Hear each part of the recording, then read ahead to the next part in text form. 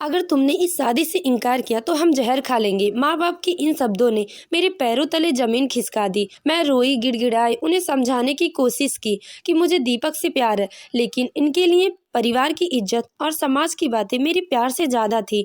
माँ ने मेरे बालों में उंगलियां फेरते हुए कहा, तुम्हारी शादी हीरा से होगी। वो बहुत अच्छा लड़का है, जमीन जायदाद वाला और मेहनती भी। तुम्हें कोई तकलीफ नहीं होगी। लेकिन उनके चेहरे की कठोरता ने मेरी हर उम्मीद तोड़ दी। शादी का मंडप सजा, फेरे हुए और मैं भारी मन से इस अनचाही शादी के बंधन में बंध गई। लेकिन इस रिश्ते से ज्यादा डर मुझे अपने भविष्य का था। क्या हीरा वाकई वैसा ही था जैसा माँ बाप कह रहे थे, या फिर मेरी जिंदगी हमेशा के लिए एक कैद बनकर रह जाएगी? विदाई के समय जब मैंने माँ बाबा के गले लगकर रोना चाहा तो बाबा ने सख्त आवाज में कहा, अब रोने का कोई मतलब नहीं है, जो होना था हो चुका, अब ससुराल ही तेरा घर है। इनके रूखे व्यवहार ने मेरे भीतर अजीब सी नफरत भर दी।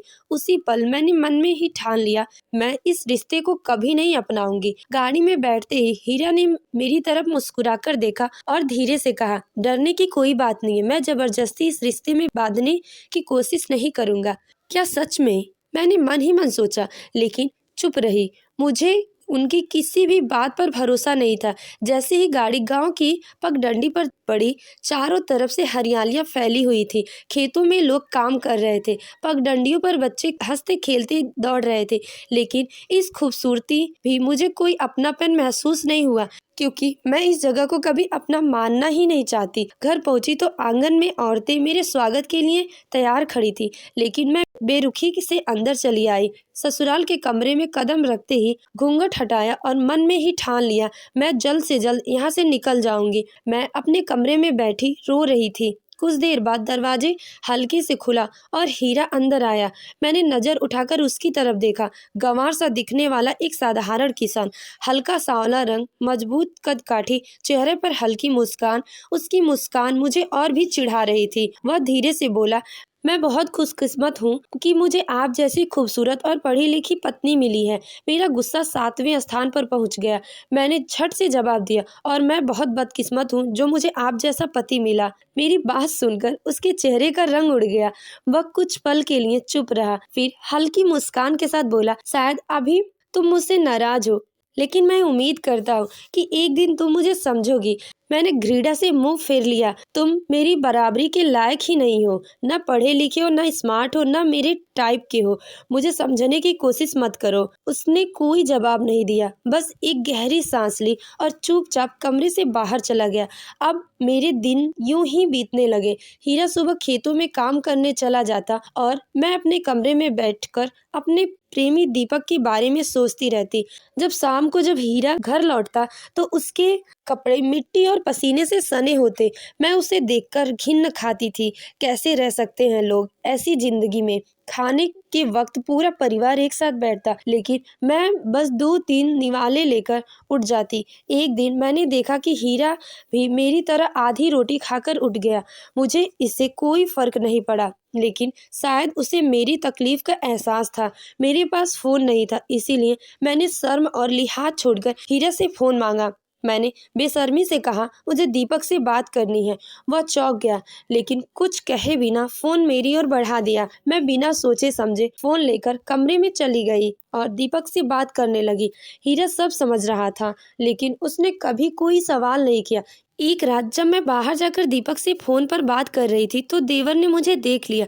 वह गुस्से से चिल्लाया, बेशरम औरत, पति के होते हुए प्रेमी बना रखा है। उसकी तेज आवाज सुनकर धीरे धीरे घर के सारे लोग बाहर आ गए। मैं मन ही मन खुश थी। अब ये मुझे घर से निकाल देंगे और मैं दीपक से शादी कर लूंगी। लेकिन तभी कुछ ऐसा हुआ जिसकी मैंने कल्पना भी नहीं की थी। हीरा ने सबके सामने कहा, मुझे मेरी पत्नी पर पूरा विश्वास है। ये अपनी सहेली से बात कर रही थी। अब सब लोग उसकी बात मानकर वापस चले गए। मैं गुस्से से हीरा की तरफ मुड़ी और तमतमाते हुए बोली, तुम पागल हो। तुम्हें पता था कि मुझे यहाँ जाने का मौका मिल रहा था, फिर भी तुमने सबको झूठा दिलासा क्यों दिया? हीरा चुप रहा, फिर हल्की आवाज में बोला, अगर तुम दीपक के साथ खुश रह सकती हो तो मैं तुम्हें खुद उसके पास छोड़ आऊंगा। 1 घंटे में तलाक के पेपर भिजवा दूंगा, इसे साइन कर देना। ये सुनकर मैं खुशी से उछल पड़ी। बिना कोई देर किए मैंने तलाक के पेपर पर साइन कर दिए। 2 दिन बाद हीरा ने मुझे दीपक के पास छोड़ आया, लेकिन जैसे ही मैं दीपक के घर पहुंची, ये भयानक सच सामने आया। मैं उसके पास बैठी थी, तभी उसने मेरी तस्वीर खींचकर किसी को भेजा। मैं हैरानी से पूछी, मेरी फोटो किसे भेज रहे हो? वह हंसते हुए बोला, कुछ नहीं, बस एक दोस्त को दिखा रहा हूँ। तभी उसके फोन पर एक मैसेज आया। दीपक वॉशरूम में था। मैंने झट से उसका फोन उठाया और उस मैसेज पर क्लिक किया। स्क्रीन पर लिखा था, लड़की लाजवाब है, कीमत 2 लाख दूंगा। यह देखकर मैं सन्न रह गई।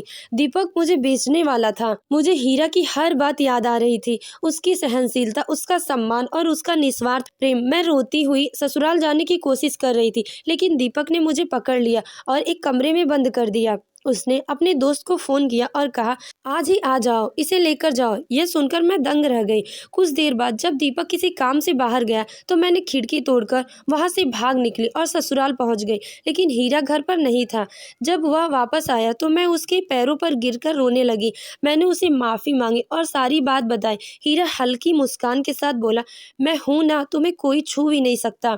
मैं उसे गले लगाते हुए बोली, मुझे अब तुम्हारे साथ ही रहना है। लेकिन हीरा चुपचाप कुछ कागजात मेरी ओर बढ़ा दिया और कहा, इन पर साइन कर दो। डरते हुए मैंने उन पेपर को देखा, लेकिन तलाक के नहीं, जमीन के कागजात थे। हीरा ने अपनी सारी जमीन मेरे नाम कर दी थी। कुछ दिनों बाद हीरा शहर गया, लेकिन 2 दिन बीत जाने के बाद वह वापस नहीं लौटा। तीसरे दिन मैं हीरा को ढूंढने के लिए शहर गई। मैंने पूरा शहर छान मारा, लेकिन वह कहीं नहीं मिला। थक हार कर मैं एक पुलिस स्टेशन पहुंची और उसकी गुमशुदगी की रिपोर्ट लिखवाने लगी। तभी एक पुलिस वाला अंदर आया और बोला, हीरा नाम के एक व्यक्ति की लाश आज अस्पताल से आई है, आप चलिए पहचान लीजिए। ये सुनते ही मेरी आंखों के सामने अंधेरा छा गया। ऐसा लगा कि मेरी सांसें अभी थम जाएगी, लेकिन किसी तरह हिम्मत जुटाकर मैं अस्पताल पहुंची।